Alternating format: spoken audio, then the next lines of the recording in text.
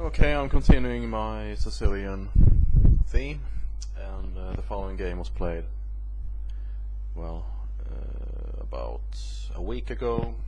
I was black, and it was a blitz game, 6 minutes with 6-second increments. I usually prefer to play with increments because that allows you to actually play as well as you can in let's say time pressure, because you know that if you make a move fast you will get another 6 seconds or whatever number of increments you have.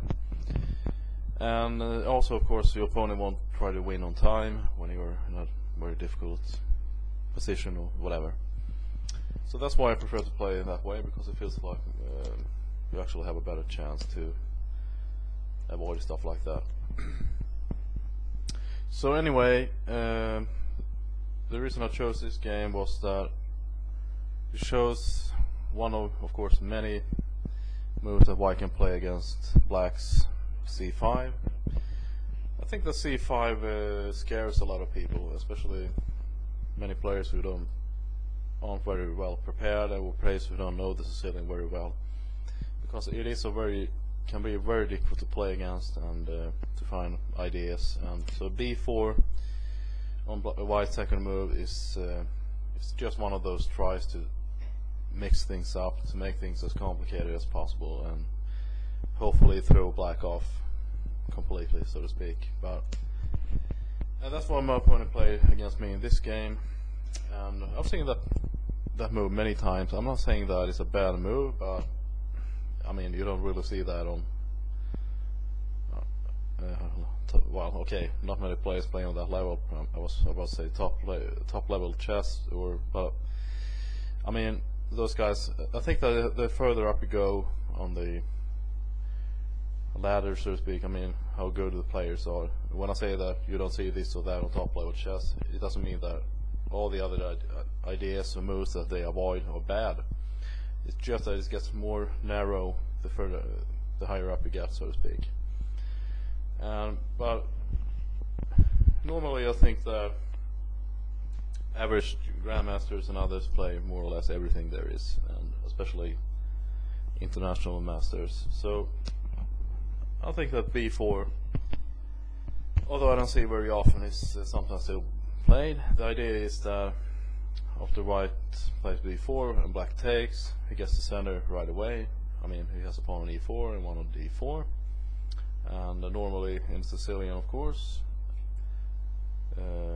white plays knight f3, knight c3, you know, normal moves, followed up by d6, d4, takes, and that's a normal Sicilian. But here, after b4, when black takes, he doesn't have the c pawn anymore, and of course the pawn is now doubled on the b file.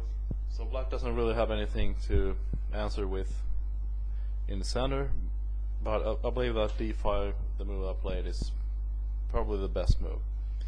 And after e5, knight c6, well, after e5, the setup looks a little bit like, and I've talked about this before, like the French defense, because in the French defense you have these pawns, d4, e5, and for example, when I play knight c6, bishop e3, and of course I want to develop my bishop before closing this diagonal with e6. Notice that if I play e6 here, my bishop will be trapped here on c8, so I play bishop f5, so you play bishop e5, and I immediately played a6, because I don't care if he takes, because then I have the two bishops, and I think my game is okay. So he didn't do that, so he played bishop a4, which is not a good move. Well, I don't think that bishop b5 was a good move in the first place. Probably we should have played something like bishop d3 or whatever, maybe even bishop b2. But bishop b5 doesn't really make any sense when you think about it, because of the a6, he either has to take or lose time on just going back, and I would just push the pawn, and okay, it's not much, but I still have made a move. But bishop a4 is definitely a bad move, because now he's forced to go to a very passive square on b3, so e6, And he also can play a4, because notice that although my pawn looks kind of, well, a couple of minutes ago it looked kind of useless because he wasn't really doing anything, but now it's actually quite effective, because now he can play a4, because then I can just play en passant like that. And he also can play knight c3, and if he plays a move like c3, I can even take over here and win the pawn, and then push b4, which is actually okay now, because his rook can, my pawns can't be pinned, because my queen is not protecting the rook. So he played knight f3, bishop e7, castles, knight to h6. Looks kind of strange, because he has, then he plays probably thinking, okay, white can take. Well, that's fine. So he took. I'll take back with the pawn, and now queen to d2, and I'll just play bishop g5. I don't mind if he takes, because I'll just take back. And now after f4, queen g6, a4. Okay, I took, and this is the move I was talking about. a4, I just play en passant. Knight takes a3, and now castles. My rooks are now connected, so he no longer has a threat to take this pawn over here. So you play king to h1, king h8, just getting away from the, the file in case of rook f3 and g3. h3, he wants to play g4.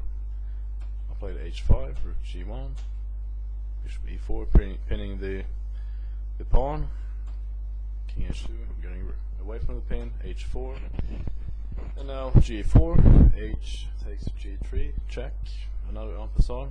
We've seen two, one over here, and now on g3, so he took back the rook, queen h6, he doubled his rooks, rook a to g1, rook g8, queen f2, knight to e7, c3, knight f5, rook takes, rook takes, rook takes, king takes, check, king f8, queen g5.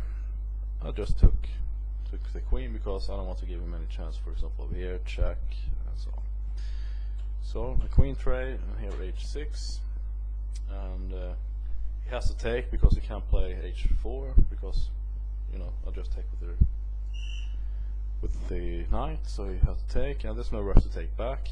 I'll just play king to g8, knight c2, bishop takes c2, and now after bishop takes c2, knight takes h6, and he played king to g3, just getting his king close to the center. And here I started pushing my pawns, a5, bishop b3, b4, c takes, a takes, king f4, and now b3, bishop b1, knight f5, and this pawn is going to drop off the board, because he can't protect. Notice that he can't go over here with his king, and he can't go over there, because my knight covers that square. So, and here he realized that the game was just completely lost, so he just played bishop f5, e takes f5, and he resigned, because he can't stop this pawn.